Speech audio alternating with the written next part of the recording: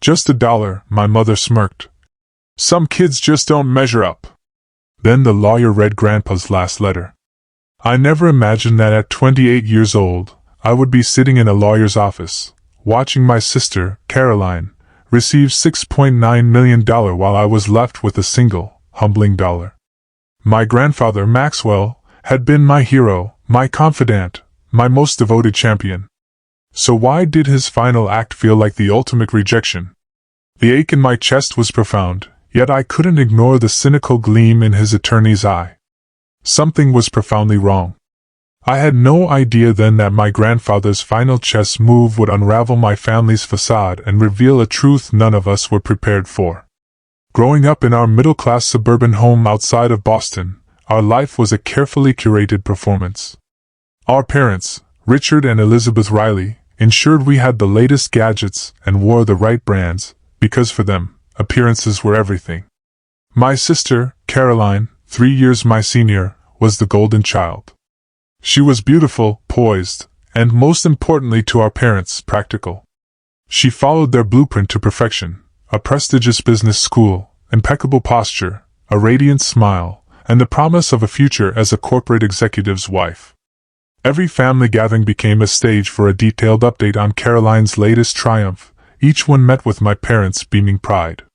Then there was me. I was drawn to the natural world from an early age, particularly to environmental conservation. While my sister worked at country club events, I spent my weekends volunteering at wildlife rehabilitation centers or organizing beach cleanups. My passion was met with my mother's thinly veiled disappointment. "Environmental science won't pay for the lifestyle you're accustomed to, Amanda," she would say with a dismissive wave of her perfectly manicured hand. "Caroline understands the importance of stability." But one person saw me differently. My grandfather Maxwell, a retired investment banker, possessed a gaze that missed nothing. He was a paradox in our status-obsessed family. He had built his fortune through shrewd investments, but lived with an unpretentious grace, donating generously to causes he believed in. He wore the same worn leather watch despite my mother's repeated attempts to buy him a more ostentatious replacement. "The true value of something isn't in its price tag, Mandy," he would tell me, using the nickname only he was allowed to use. "It's in the purpose it serves." During my college breaks, I would escape to his lake house in the Berkshires. While my parents and Caroline vacationed in European capitals, Grandpa and I would sit on his dock, fishing and discussing everything from philosophy to climate change. He never once made me feel that my interests were impractical. "The world needs more people who care about its future than its stock market," he would say. "Your passion has purpose, Mandy. Never let anyone convince you otherwise." Family gatherings were a different matter altogether. Our Thanksgiving and Christmas dinners felt less like celebrations and more like corporate performance reviews. My mother meticulously orchestrated every detail, from the table settings to the carefully guided conversations designed to showcase Caroline's achievements. "Caroline just secured a summer internship at Goldman Sachs," she'd announce with a triumphant smile as she served the pie. The conversation would inevitably pivot to me. "Amanda is still exploring her options," she'd say with a smile that felt stitched to her lips, never reaching her eyes. My father, a corporate attorney with perpetually furrowed brows, would chime in with advice that always landed as a criticism. "There's no money in saving trees, Amanda. It's time to think about your future realistically." Across the table, Grandpa Maxwell would wink at me, a silent alliance formed between us. He would sometimes change the subject, other times directly challenging my parents. "Not everyone measures success by their bank account, Richard," he once said to my father. "Some of the richest people I know have never set foot on Wall Street." The tension would thicken, my mother would clear her throat and redirect to safer topics, but I'd catch Grandpa's subtle nod of encouragement. In those quiet moments, I knew I wasn't entirely alone. When he was diagnosed with pancreatic cancer 2 years ago, the family dynamic shifted. My parents and Caroline suddenly became frequent visitors, bringing expensive gifts and offering to manage his affairs. Their concerns seemed directly proportional to his substantial net worth. I, however, simply visited him as I always had, bringing homemade soup and sitting with him as he grew weaker. We would watch old westerns or I would read from his favorite mystery novels. During one of my last visits, 3 months before he passed, he was unusually lucid. "Mandy," he said, taking my hand with surprising strength. "Remember that timing is everything in investments and in life. Patience is its own reward. The truth always rises to the surface eventually." He then changed the subject, asking about my latest research. I received the news of his passing on a rainy Tuesday. I was in the field collecting water samples when my mother's voice, formal and businesslike, informed me of the funeral arrangements. There was no comfort, no acknowledgement of our special bond, just cold logistics. The funeral was exactly what my mother had wanted, elegant, restrained, and impressive to the right people. I watched her network with Grandpa's former colleagues and business associates, a master class in networking even in grief. Caroline wore designer black, her makeup flawless even as she shed a few perfectly timed tears during the eulogy. My father spent the reception discussing investment strategies with financial advisors. I stood alone by the photo display I had helped arrange, looking at snapshots of the life of a man reduced to a collage and polite conversation over expensive canapes. A week later, we were summoned to the office of Mr. Peterson, Grandpa's attorney, for the reading of the will. My mother went shopping for a new suit, Caroline canceled client meetings, and my father researched estate tax implications. I simply longed for closure, a final connection to the man who had truly seen me when the rest of my family looked right through me. The material things were not important to me. I hoped for some final words of wisdom, or perhaps his fishing gear. The night before, I couldn't sleep. I sat on my balcony, looking at the stars, remembering how Grandpa had taught me the constellations at the lake house. "Some patterns are only visible when you know what to look for," he had said. I had no idea how prophetic those words would become. The offices of Peterson, Blackwell and Associates were located on the top floor of a sleek downtown building, offering panoramic views of Boston, a subtle reminder of the wealth that passed through these rooms daily. The conference room was dominated by an imposing mahogany table that gleamed under the soft lighting. My mother arrived first, as always, punctual and prepared, especially when money was involved. She wore a navy Chanel suit that probably cost more than 3 months of my rent. Her ash blonde bob was perfectly sculpted. "You could have made more of an effort, Amanda," she whispered, her eyes assessing my simple black dress. My father strode in next, checking his Rolex. His face held a familiar look of anticipation, as if he was already calculating the day's profits. Caroline arrived last, her stiletto heels clicking importantly across the hardwood floor. She kissed my cheek, the scent of her expensive perfume lingering as she sat beside our mother, crossing her legs elegantly. I felt like a foreigner in my own family, sitting slightly apart from them. The distance was not accidental. Mr. Peterson was not alone. Harold Winters, Grandpa's best friend of 50 years, sat quietly in a corner chair. Marta Jimenez, Grandpa's housekeeper of 20 years, dabbed at her eyes with a tissue, her face showing the true grief my family's composed faces lacked.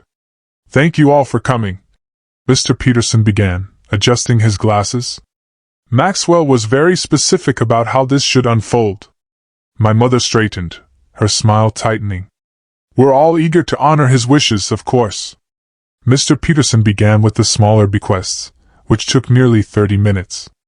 Grandpa had left generous amounts to his favorite charities, his staff, and several friends. Harold received Grandpa's vintage car collection, while Marta was given a life estate in the guest house and a sum that made her gasp. My mother's foot tapped with increasing impatience. My father checked his watch twice. Caroline maintained her pleasant expression, but her fingers drummed silently against her purse. "Now to the main distributions," Mr. Peterson finally said. "To my daughter, Elizabeth, and her husband, Richard, I leave my primary residence in Beacon Hill and my vacation property in Palm Beach." My mother's smile became genuine for the first time that day. The properties were worth millions. "To my granddaughter, Caroline Riley, I leave the sum of $6.9 million to be distributed in a trust." Caroline's audible intake of breath was a mix of shock and triumph. My father nodded in approval, and all eyes turned to me. A strange hollowness formed in my stomach. To my granddaughter, Amanda Grace Riley, Mr. Peterson continued, his voice softening slightly, I leave the sum of $1. The room went silent. I felt the blood drain from my face as I struggled to maintain my composure. Additionally, he continued, Amanda is to receive the sealed envelope, to be opened after the conclusion of today's reading. He handed me a thick manila envelope with my name written in Grandpa's distinctive handwriting. My hands trembled as I took it. The silence was broken by my mother's short, sharp laugh. Well, that's clarifying, isn't it? Always the disappointment. Caroline, at least, had the decency to look uncomfortable, though the triumph never left her eyes. My father simply shook his head, a gesture as dismissive as his words often were. I clutched the envelope, fighting the urge to flee. Pride kept me in my seat. Whatever Grandpa's reasons, I wouldn't give them the satisfaction of seeing me break. Is that all? My mother asked, already gathering her purse. Actually, no, Mr. Peterson said. Maxwell prepared a video, to be played now. He was most insistent about everyone remaining present for it. My father's annoyance was palpable. Is that really necessary? We all have commitments. It is a condition of the will, Mr. Peterson said firmly. All beneficiaries must be present or risk forfeiture. That settled it. No matter how much they dismissed me, they would sit through this to protect their newfound wealth. The lights dimmed, and Grandpa's face appeared on a screen, recorded perhaps a month before his death. He looked frail, but his eyes remained sharp, the eyes of a man who had built a fortune by seeing what others missed. If you're watching this, he began, his voice stronger on video than it had been in his final weeks, then I've moved on to whatever comes next. I recognize that expression on your faces. It's the same one you have when you're wondering what this old man has up his sleeve. A small, mischievous smile played at the corners of his mouth. It was the same one he wore when he was about to win at chess. He addressed his bequests to Harold and Marta, thanking them for their honesty and kindness. Then his expression shifted as he turned to my parents. Elizabeth, my only daughter. You were always ambitious, even as a little girl. And Richard, I never doubted your dedication to the lifestyle you chose. My mother's smile faltered. His tone was not one of warm praise. He then turned to Caroline. Congratulations on your inheritance. You've always understood the value of money and appearances. Use it wisely. Her expression flickered between satisfaction and uncertainty. Then Grandpa looked directly into the camera, and I had the uncanny feeling he was looking right at me. Amanda, my Mandy. You see what others miss. You always have, from the time you noticed the bird's nest in the oak tree that everyone else walked past. Remember what I told you about timing and patience. True wealth isn't measured in dollars. My throat tightened. Even from beyond, he saw me. My will may seem straightforward, he continued, but there's more to this story, as there usually is in life. I've arranged a series of tasks that must be completed. Consider it my final lesson. My father made a sound of protest, quickly silenced by my mother's sharp elbow. Any attempt to contest this will or circumvent the process will result in the entirety of my estate being immediately transferred to the Maxwell Riley Foundation for Environmental Conservation. The color drained from my mother's face. The first step begins today, Amanda. The envelope you've received contains the key to my lake house and instructions for the first task. I suggest you go there immediately. His eyes twinkled. And remember, things aren't always as they appear. Sometimes a single dollar can be worth more than millions. The screen went black, and the lights came up. All eyes turned to me and the envelope in my hands. That concludes today's official reading, Mr. Peterson said. Any attempts to contest the will trigger the charitable remainder clause. My mother's social mask slid back into place. Well, that was certainly dramatic, she said with a forced laugh. Amanda will naturally accompany you to the lake house. Family support and all that. The sudden shift from dismissal to support wasn't lost on me. An hour ago, I was a disappointment. Now, I was their access point to Grandpa's game. I don't think that's necessary, I said, surprised by the steadiness in my voice. Don't be ridiculous, my father cut in. This clearly affects all of us. We'll drive up together tomorrow. For the first time in my adult life, I stood my ground. No. Grandpa addressed the envelope to me. I'll go alone. The will was clear about following his instructions exactly. My mother's lips pressed into a thin line, but the threat of the charitable clause was enough to silence her. As we gathered our things, Caroline approached me in the hallway. I could drive up with you tomorrow, she offered, her voice lowered. Just for support. This is all very strange. I studied her face, trying to discern her true motivation. I need to do this alone first, I said. But I'll call you after. She nodded, a flicker of disappointment in her eyes before her composed smile returned. As I walked to my car, clutching the unopened envelope, I couldn't shake the feeling that Grandpa's final game had only just begun. For once, I wasn't just a pawn on someone else's board. The 2-hour drive gave me time to think. I waited until I was well outside Boston before pulling over at a rest stop to open the envelope. Inside was the promised key on the familiar fish-shaped keychain I had given him for his 70th birthday. There was also a letter in his distinctive, slanted handwriting. Mandy, it began. If you're reading this, the first phase is complete. Go to the lake house alone. In my study, you'll find the answers to questions you haven't thought to ask yet. Remember our chess games. The first move is never the most important one. It's the setup that matters. Trust yourself. Love, Grandpa. Cryptic as ever, even from beyond. I continued the drive, memories flooding back with each familiar turn in the road. The lake house came into view just as the afternoon sun hit the water, creating the diamonds of light that had fascinated me since childhood. The modest A-frame cabin was exactly as I remembered, though a bit more weathered. Grandpa had refused my mother's suggestions to renovate it. Some things are perfect just as they are, he'd always said. I parked and was reaching for my bag when another car pulled up behind me, then another. My heart sank as I recognized my parents' Mercedes and Caroline's BMW. Surprise! Caroline called out, her tone too bright. We thought we'd join you after all. Family adventure. My mother abandoned all pretense. We're not letting you handle this alone, Amanda. We all have a stake in this. The will specified I should come alone. I reminded them, anger building inside me. For the initial entry only. My father countered smoothly. Peterson confirmed we could join afterward. We're just here to support the process. The distinction was clear. Rather than argue, I turned and walked to the front door. The key slid into the lock with a familiar click. The door swung open on creaky hinges, and the scent of pine and old books, Grandpa's scent, greeted me. I stood frozen in the doorway for a moment, half expecting to hear his voice. The house was exactly as he'd left it. Fishing rods still leaned in the corner, and his reading glasses sat on the side table next to his favorite armchair. My family pushed him behind me, their designer shoes clicking on the hardwood floors. God, it's stuffy in here, my mother complained, immediately moving to open windows. This place needs a proper renovation. My father's eyes were already cataloging items of potential value.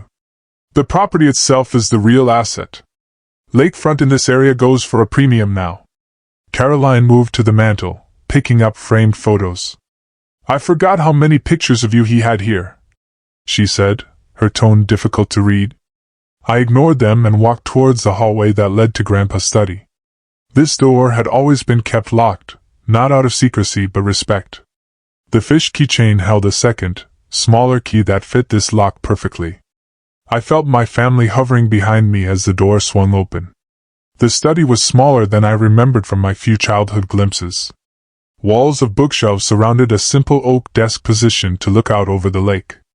Start looking for anything valuable, my father instructed, moving to the filing cabinets. Investment records, property deeds, anything that might explain what's happening. My mother scolded him, but her own eyes were calculatingly scanning the room. I approached the desk slowly, drawn to a framed photo I'd never seen before. It showed a much younger grandpa standing proudly in front of a small office building. The sign read, "Riley Innovations." Something tickled at my memory, but before I could grasp it, Caroline was beside me. My father glanced over. "Riley Innovations? Never heard of it." His tone made me look up sharply, but his expression gave nothing away as he returned to rifling through files. On the desk lay a single sheet of paper with a series of numbers and a question. Where did it all begin? The numbers looked like dates followed by dollar amounts. The earliest one, $2,975 from 1975, resonated with something Grandpa had once told me about his first investment. While my family continued searching, I sat in his chair and opened the desk drawer. Inside was a leather-bound book titled First Steps. It held records of Grandpa's earliest investments, including the $2,975 he'd invested in a small technology company in 1975, his first major success. My mother instantly appeared over my shoulder. "What did you find?"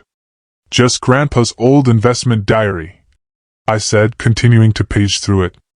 The final entry caught my eye. "The truth is in the foundation. Remember to look beneath the surface." As I pondered this, my attention was drawn to a small chess piece, a knight, that had always sat on his desk.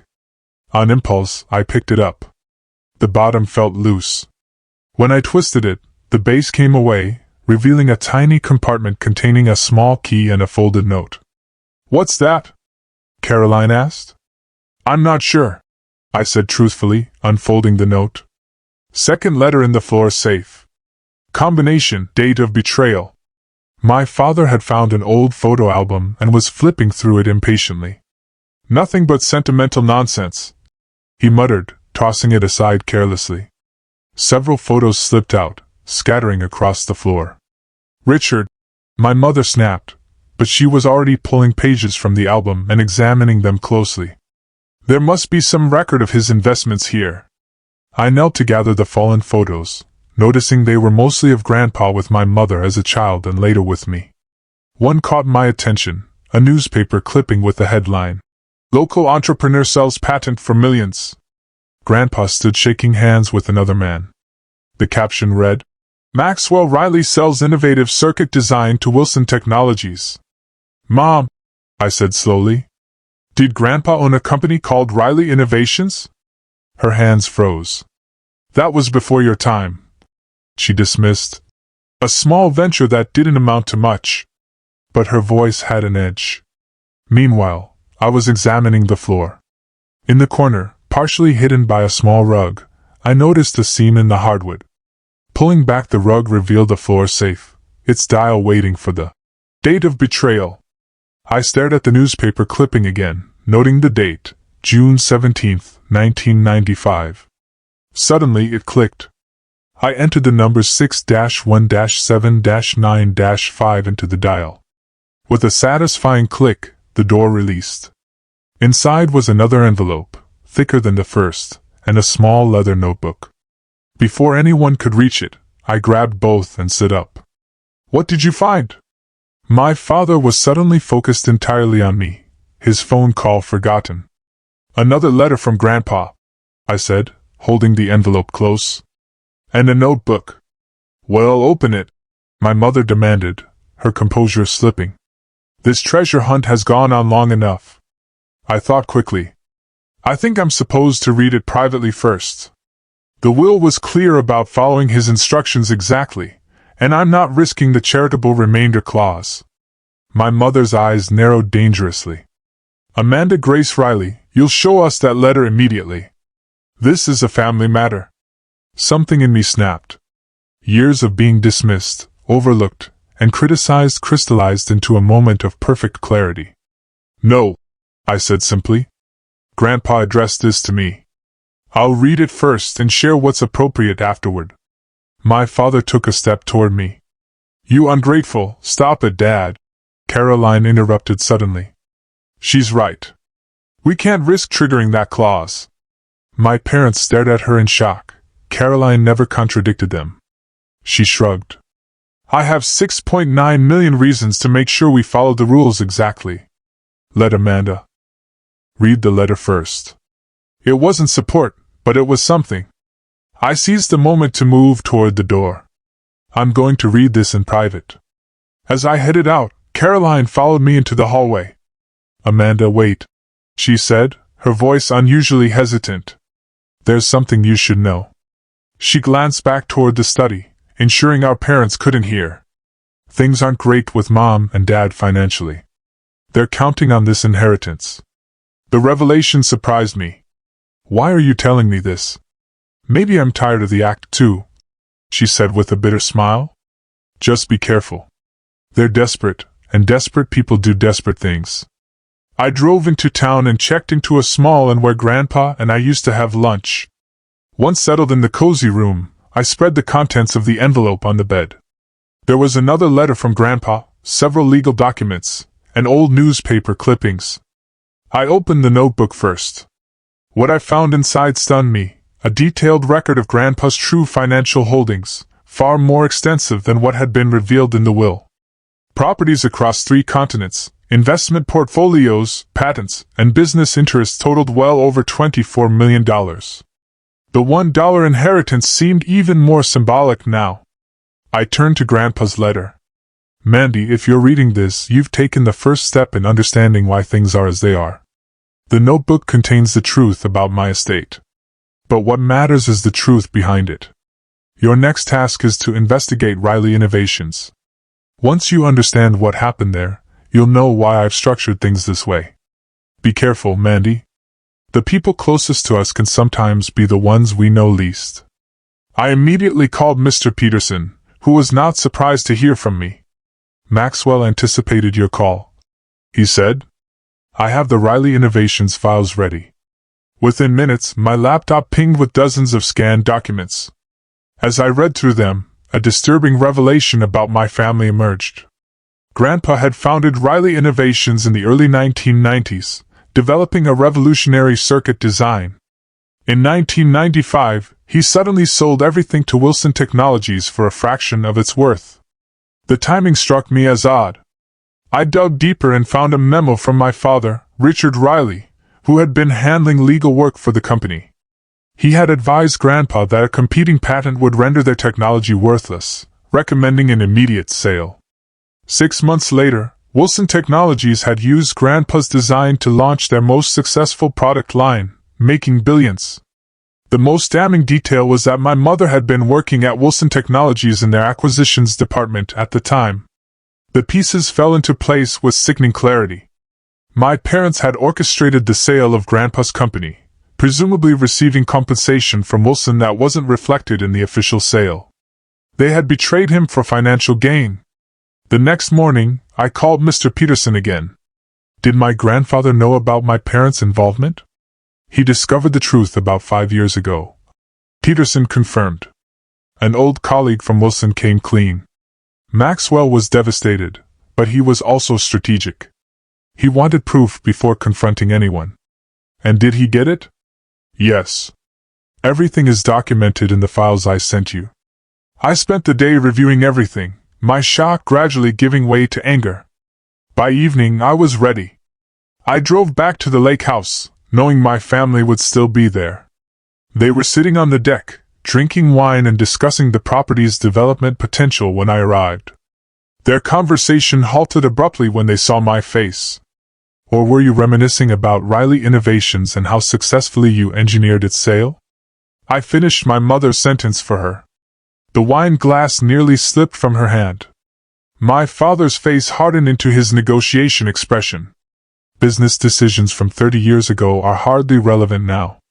Fraud is always relevant, Dad. So is betrayal.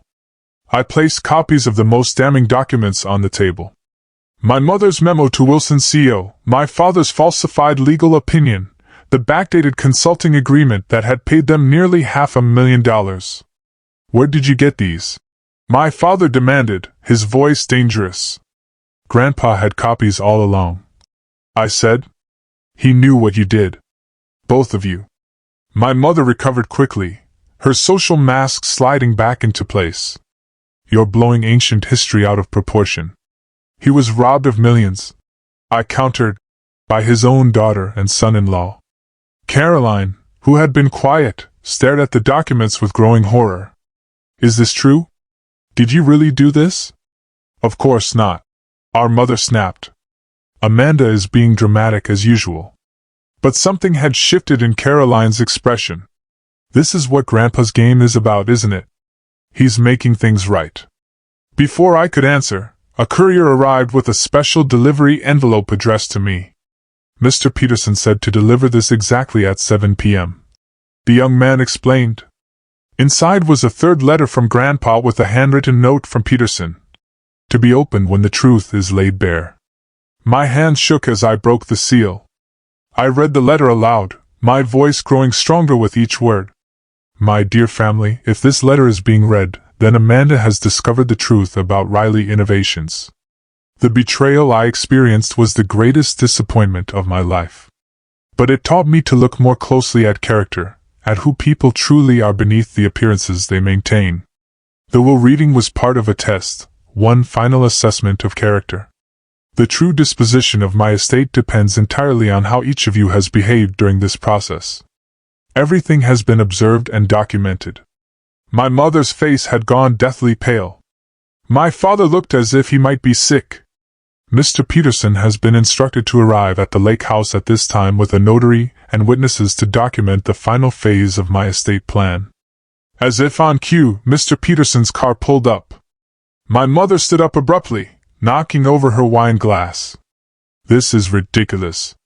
We'll contest this entire charade."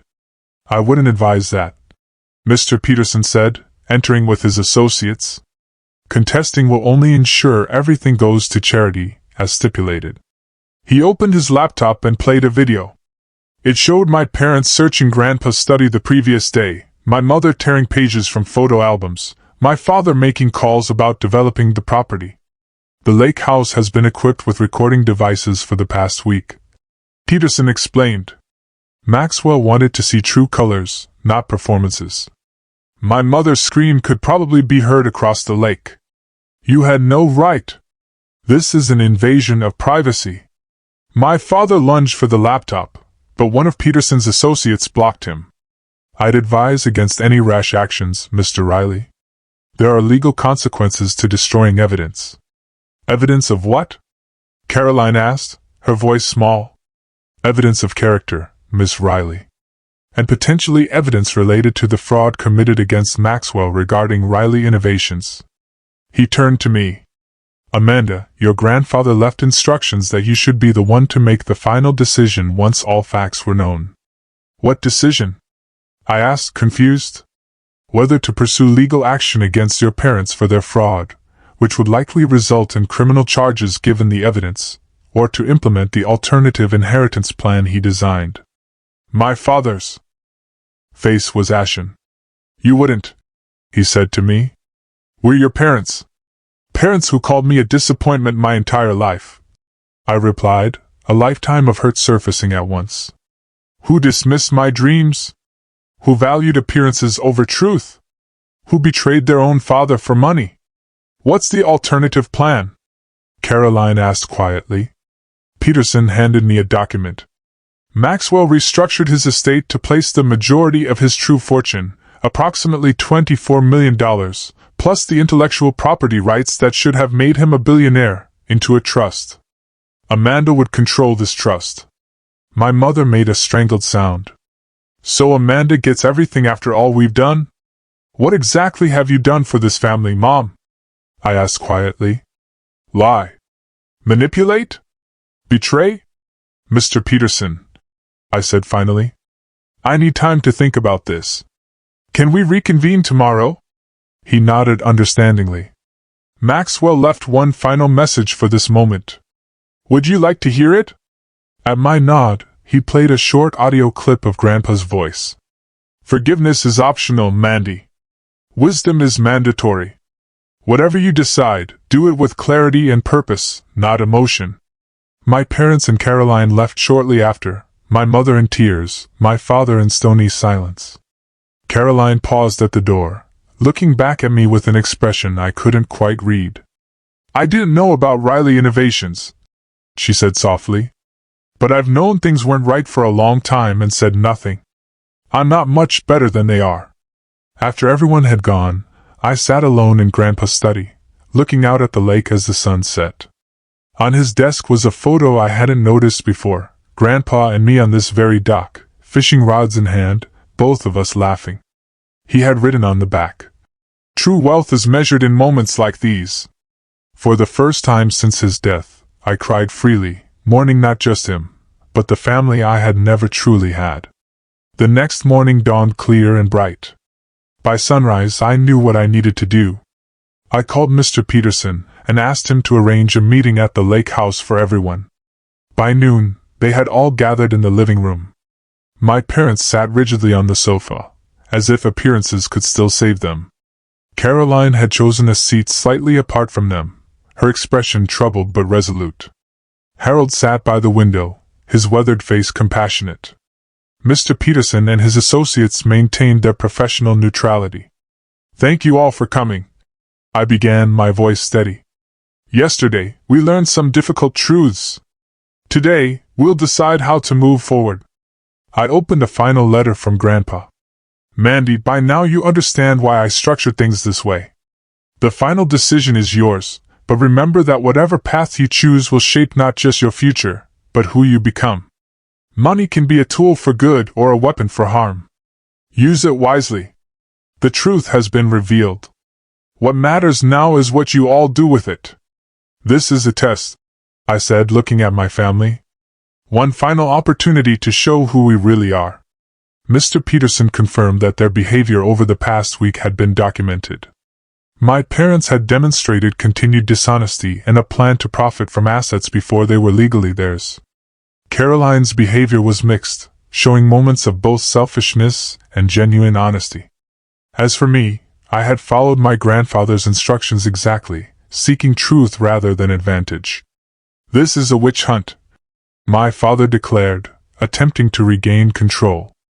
"Ancient business dealings being weaponized by a bitter old man."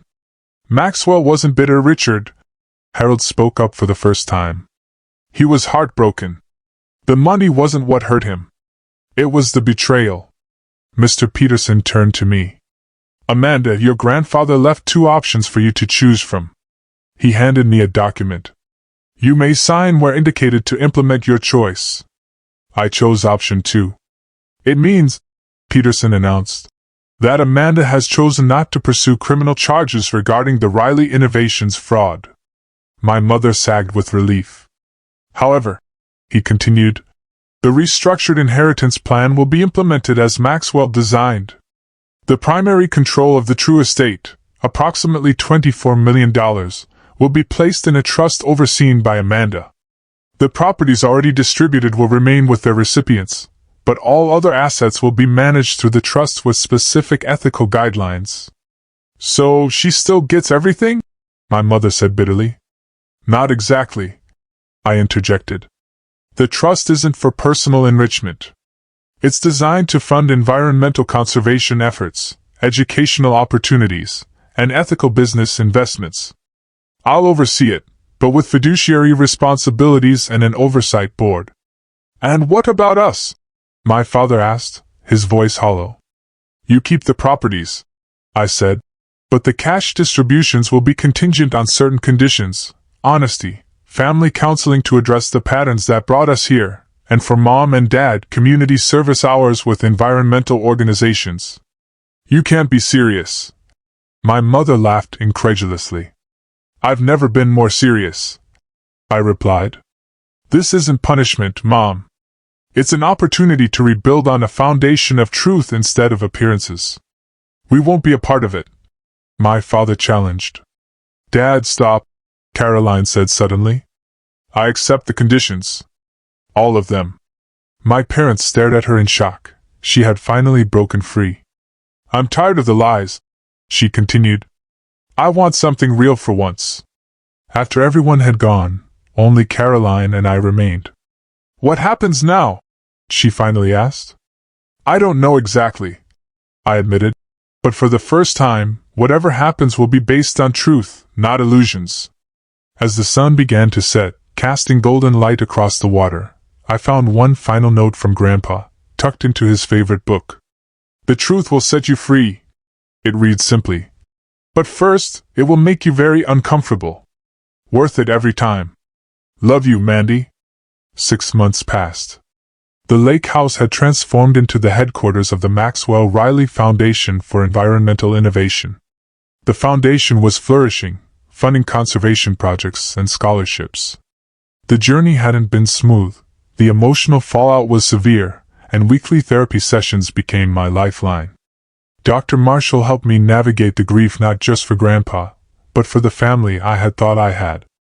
My parents had reluctantly agreed to the conditions.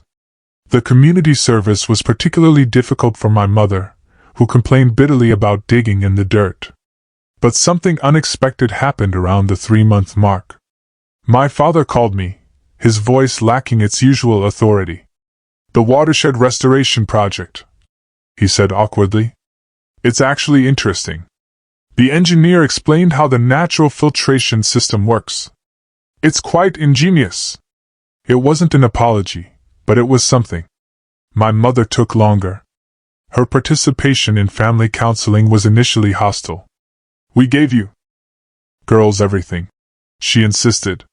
How dare you judge us for a business decision made before you were even born? The breakthrough came unexpectedly when the therapist asked each of us to bring a meaningful photograph. My mother brought nothing, but at the end of the session, she pulled a creased photo from her wallet.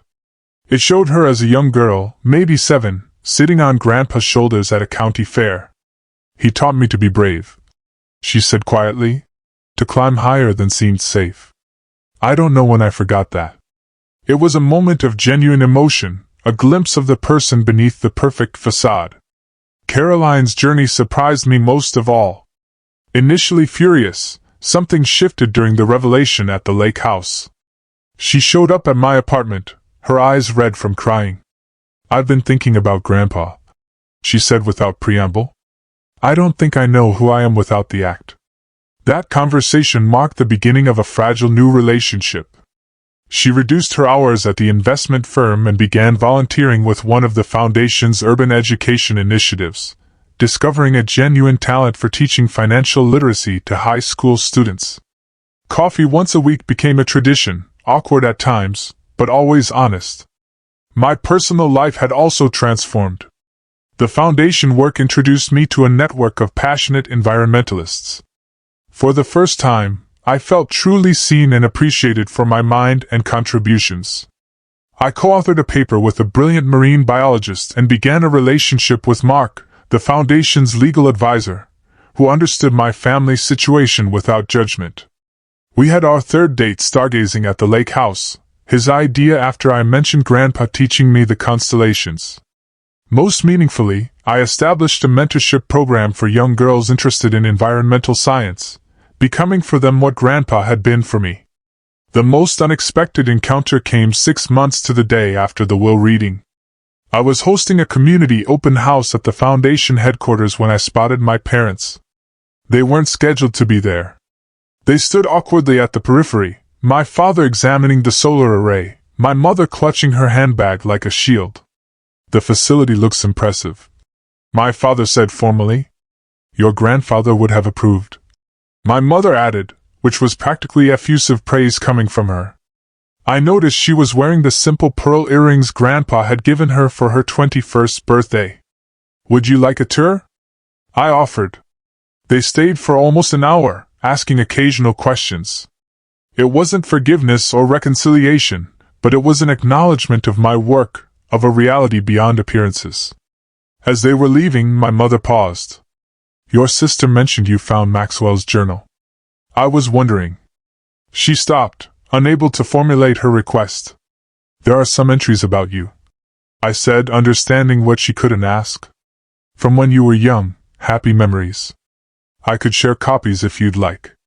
Something flickered across her face, regret, perhaps, or longing. I would, thank you. That evening, I sat in Grandpa's study. One entry dated shortly after he discovered the truth about Riley Innovations caught my heart.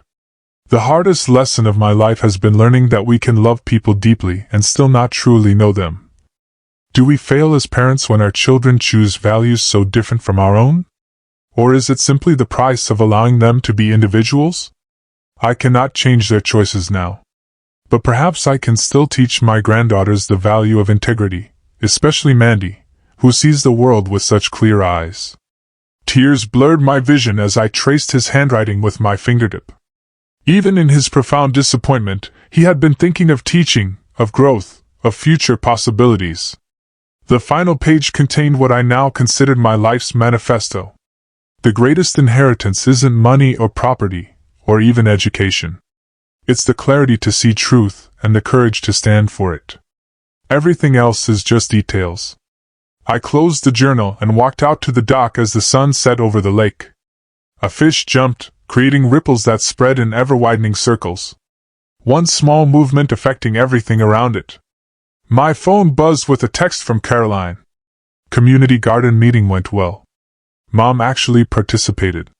Small steps. I smiled and typed back. Progress, not perfection. Dinner Sunday. Looking out over the water, turned golden by the setting sun, I felt Grandpa's presence more strongly than ever. The inheritance he had truly left wasn't the money or the property, or even the foundation. It was this. The freedom that comes from living authentically, from recognizing that our worth isn't measured in dollars or appearances, but in the courage to see clearly and act with integrity. The greatest wealth I had learned was the ability to build a life that reflected my true values, not someone else's expectations. And that was a legacy worth protecting.